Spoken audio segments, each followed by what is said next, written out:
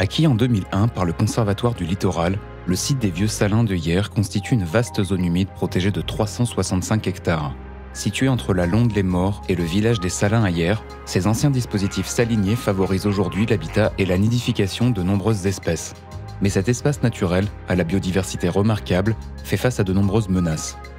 La mortalité des pins témoigne d'une forte érosion côtière engendrée par des aménagements portuaires et des épis en amont, et ce, malgré la présence d'un atténuateur de houle qu'est l'herbier de Posidonie.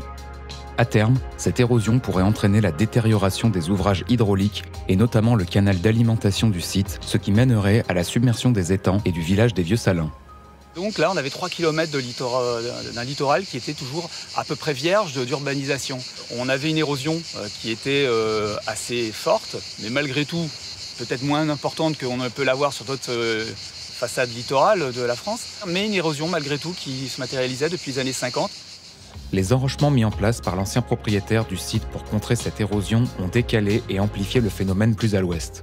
Face à cette problématique, un certain nombre d'études menées notamment par Artelia et le BRGM ont mis en évidence la nécessité d'une gestion adaptative de cette zone humide très fréquentée. Suite à une première phase de désenrochement en 2011, une nouvelle stratégie de gestion du cordon littoral est mise en place en 2017 dans le cadre des projets Adapto et Maritimo. L'objectif principal est de restituer le rôle d'interface entre terre et mer, des dunes et de la plage, en leur redonnant une dynamique naturelle. Ainsi, les zones humides situées plus en retrait seront mieux protégées. On a la chance d'avoir des photographies aériennes sur un siècle, ce qui permettait d'avoir un siècle d'évolution du trait de côte. Et ça a été une base de départ pour définir les aménagements qu'on allait pouvoir envisager sur le site.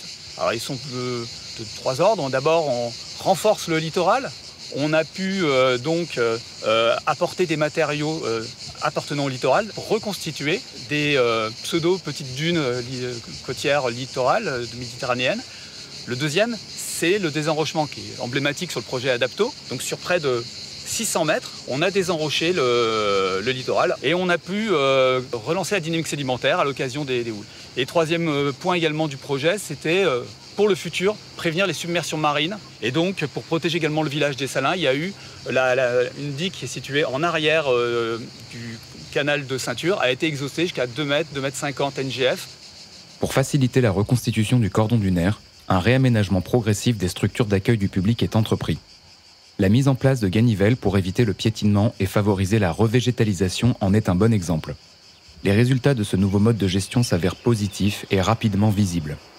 Il nous a paru indispensable de sonder la population et d'avoir un retour sur ce qu'on envisageait de faire. Ce qu'il est ressorti, c'est que le public aussi percevait le site comme très beau, mais avait du mal à percevoir aussi son caractère dynamique.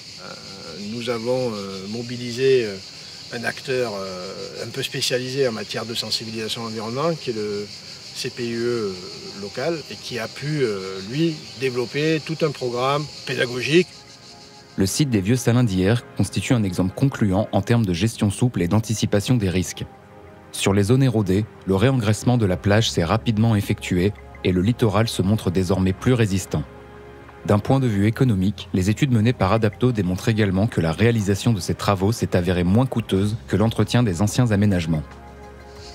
On a vu tout de suite le cordon littoral rouler sur lui-même, reculer, s'exhausser pour s'adapter finalement au changement climatique. On aura sans doute, à partir de 2030-50, des tempêtes aussi qui feront évoluer le littoral. Il faudra continuer à s'adapter.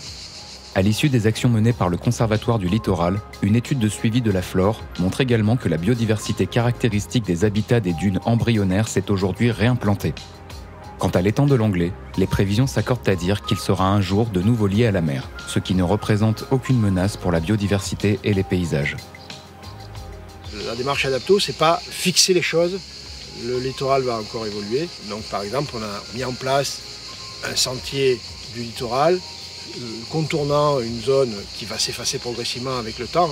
Donc voilà, l'avenir, on essaye de l'envisager, de le proposer, mais en tout cas qui nous permette toujours de conserver cet esprit, cette sensation d'espace naturel vierge, peu aménagé, d'espace de respiration que le public vient chercher quand il vient se promener sur ce secteur-là, ou se baigner en tout cas au droit de ce secteur-là.